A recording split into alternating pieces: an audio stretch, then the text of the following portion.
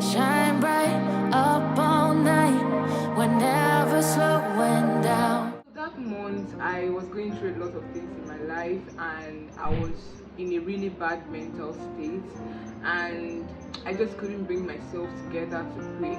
Even though I knew that, praying is the key, praying is literally the key that would open the door to my way out. I still couldn't get myself to do it. The first thing I'm going to talk about that happened during that period in my life was I started seeing a lot of contradictions, in my life, things that I did not like doing. You know that verse of the Bible where Apostle Paul was saying that the things he didn't like doing were the things he was doing, and then the things that he wanted to do were the things that he didn't do. That was me. And also, one other thing that I realized that started happening was I started, like, it was easy for me to fall into temptation. You guys, one of the benefits of prayer is that prayer preserves you. Prayer helps you to not fall into temptation. Okay, yeah, when I stopped praying, I realized that I was sliding into temptation quickly, and all this while, you guys, I knew whatever happened, and I'm like, oh, what is this? I always knew that it's because you ain't praying, girl. Because I went from a place of praying 3 times a day. I told you guys on the channel, to not praying at all. And I know that, in the physical standpoint, it can be justifiable, right? Because I was going through a lot at that point in time. I was going through some health challenges, and I was also very busy at work. So I didn't really, even though I knew the right thing to do, I couldn't get myself to do it. Even though I knew that I needed to pray, alright, but I just couldn't get myself to pray. The third thing that happened during that period in my life was that I started crossing boundaries that I had previously set for myself, like things that previously it was a no-no. Like, you would never find me doing such a thing, or you would never find me say such a thing. I found myself saying all those things, or doing most of them. For instance, there was this thing at work that I'm like, you know what, even if everybody does it, I will not really do that.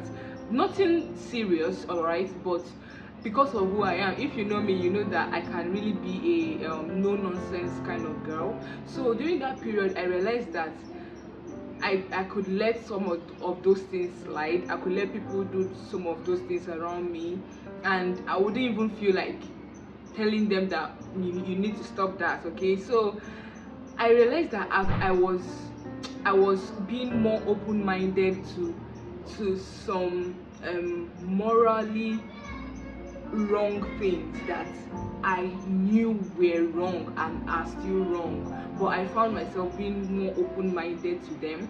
So another thing that happened during this period in my life was I started to reconsider my boundaries, and this was the one that scared the hell out of me, because I was like, whoa, if for this period of time I am reconsidering my boundaries, what happens if I continue on this path for like 2 months or 3 months? God forbid. I think this was the awakening one, and I was like, you know what, I'm done. Let me go back praying.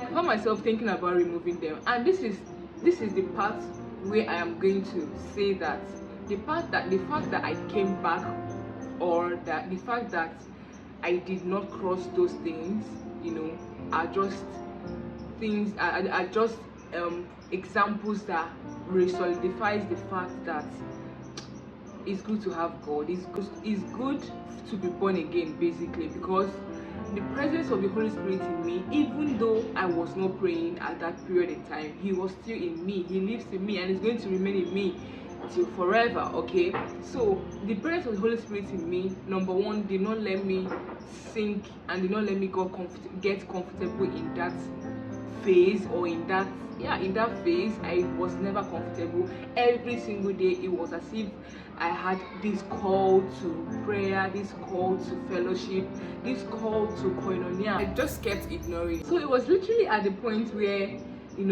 I found myself subconsciously reconsidering my boundaries, and being like a daisical, and being solved around boundaries that I usually used to be like, no, you stop there. Do you get?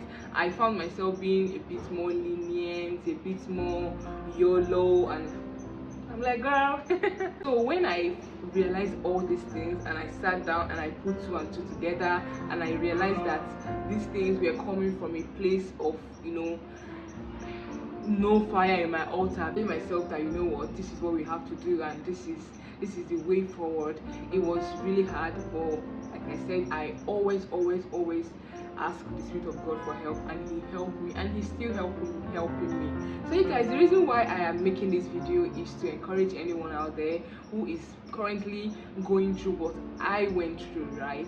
I am not totally where I would love to be, but I am no longer where I used to be, right? So if you're a believer and you're struggling with your prayer life, if you are, if you're not even a believer at all and you have a non-existent prayer life, I'm just here to remind you that God is calling you to a place of koinonia. God is calling you to a place of fellowship. And I want you to understand something, that it is God that works in us both to will and to do. So even though you are in a place where you are not on fire for God, but you have this desire in you, you are always like, oh, I'd love to, burn more, I would love to, do more for God. That desire in you alone is God doing it. It's God working on your heart. So don't think you are, too far gone, or don't think you are in a place where nobody have been before, and what you're going through is peculiar to you.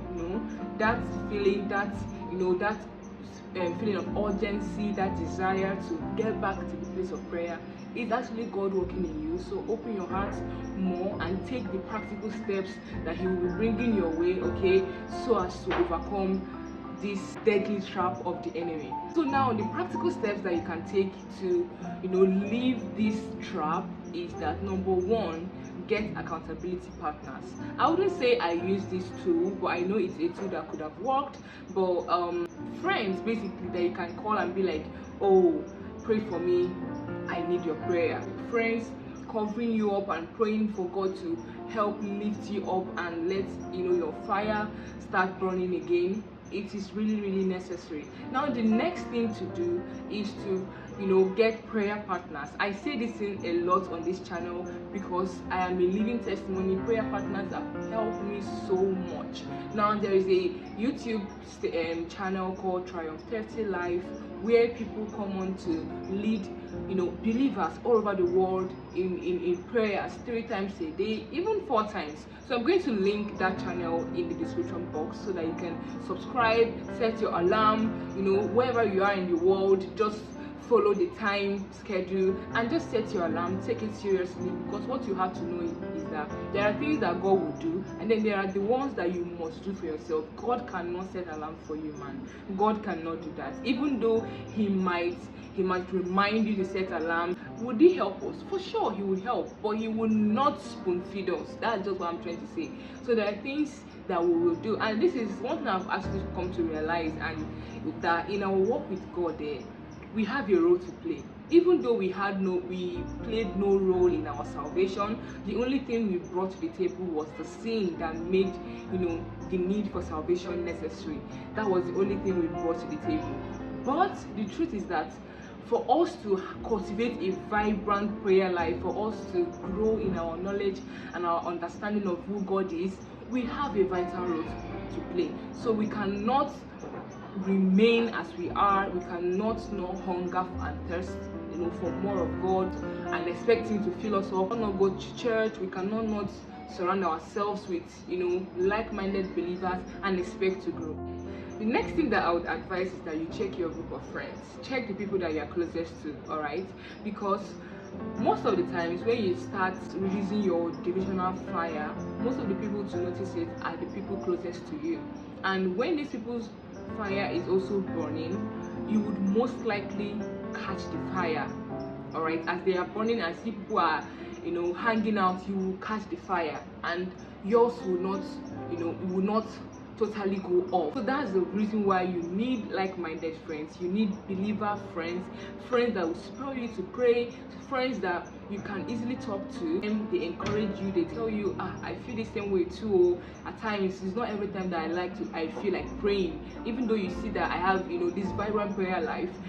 most of these things are not just from me wanting to pray. Sometimes I just discipline myself and I go and pray, and that's how I've been consistent up to date. When they tell you these things, you will realize that okay, maybe it's not just me. This is not like, you would encourage yourself and go back to prayer. So yes, that brings us to the end of this video. Hope you learned a thing or two. Please subscribe to the channel if you haven't. Thumbs up this video if you can relate in any way, or if it blessed you. Drop a comment, in the comment section on whatever you think you can add or you can contribute, or whatever it is. Just comment in the comment section below. Share this video with your friends, and I'll see you in my next video. Bye.